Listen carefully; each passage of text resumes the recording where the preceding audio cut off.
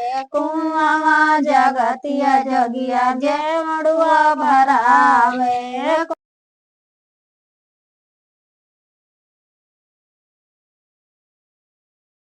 नमस्कार दोस्तों, मैं सनोदी गीता आपका स्वागत करती हूँ। आज ये बहुत ही प्यारा ये नाच गीत लेकर आई हूँ। अच्छा लगे तो लाइक सब्सक्राइब जरूर करना, कमेंट में जरूर बताना आपको ये गीत कैसा लगा। और हमारा वीडियो दिन में 11 बजे जाता है, आप लोग जरूर सपोर्ट करिए, जरूर देखिए, कमेंट जरूर करिए।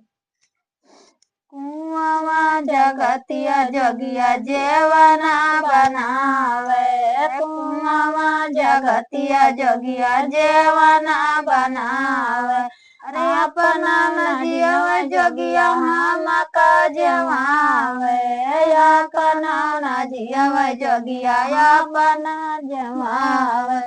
चढ़ली जवनिया जोगिया दागवा लगावे, चढ़ली जवनिया जोगिया दागवा लगावे। कुआवा जगतिया जोगिया जेवड़ुआ भरावे, कुआवा जगतिया जोगिया गेड़ुआ भरावे। अपना न घूट जोगिया हम का घुटावे, अपना न घूट जोगिया हम का घुटावे। चढ़ली जवनिया जोगिया दागवा लगावे, दागवा लगावे जोगिया दागवा लगावे। चढ़ले जवनिया जोगिया दागवा लगावे।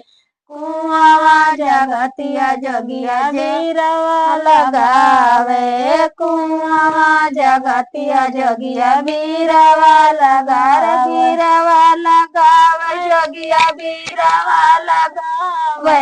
अपना न पूछ जोगिया हम का कुचावे, अपना न पूछ जोगिया हम का कुचावे। अरे अपना न कुछ जोगिया हम का कुचावे। चढ़ले जवनिया जोगिया दागवा लगावे, चढ़ली जवनिया जोगिया दागवा लगावे। कुआवा जगतिया जोगिया से जिया लगावे, अरे से जिया लगावे जोगिया से जिया लगावे। अपना न सुत जोगिया हम का सुतावे, अपना न सुत जोगिया हम का सुतावे।